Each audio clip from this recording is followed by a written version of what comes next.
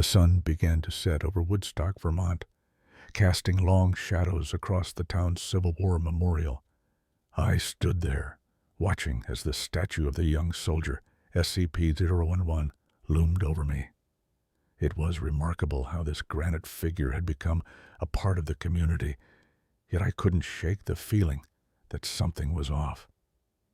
I had been tasked with observing SCP-011 and had spent countless evenings documenting its activities. Today, I felt an unusual tension in the air, as if the statue was aware of my presence. I took a step closer, my eyes locked on its stone face. "Hey there, soldier," I said, my voice echoing slightly in the twilight. "You know, it's been a long day. I wonder what you think about all this." For a moment, nothing happened. The statue stood completely still, the musket resting at its side. Then, with a surprising grace, it lifted its gaze to the sky, causing my heart to race.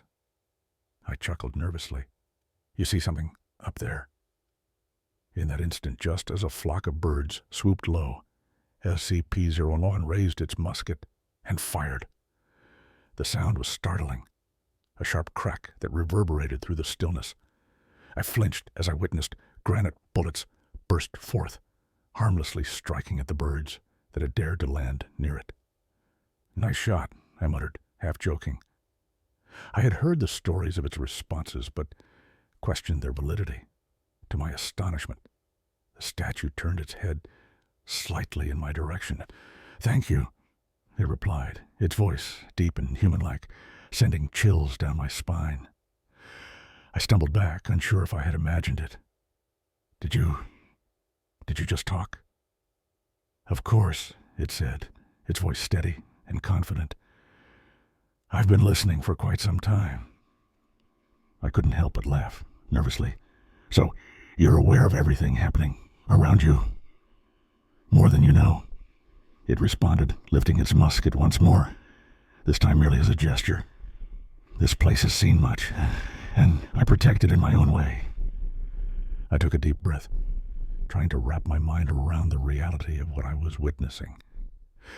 "And what about the mess? The birds? They don't seem to take you seriously." The soldier's expression, if a statue could have one, turned almost wistful. "It is a burden of my duty. I try to keep myself clean. But some things are beyond my control." I nodded, understanding the strange pride this inanimate object took in its role. "What happens when you get distressed?" "I find ways to express it," it said, with a hint of frustration in its tone. "Sometimes that means firing at those who come too close." I thought of the locals who had wandered too near, their faces painted with confusion and fear as the granite bullets flew. "You know, it might be easier if you just let them be." "Perhaps," SCP-011 mused. "But they must respect the history I represent. I am more than stone. I am a guardian." As darkness enveloped us, I felt a strange sense of camaraderie with this monument. It wasn't just a statue, it was a sentient being with thoughts and emotions bound by duty and history.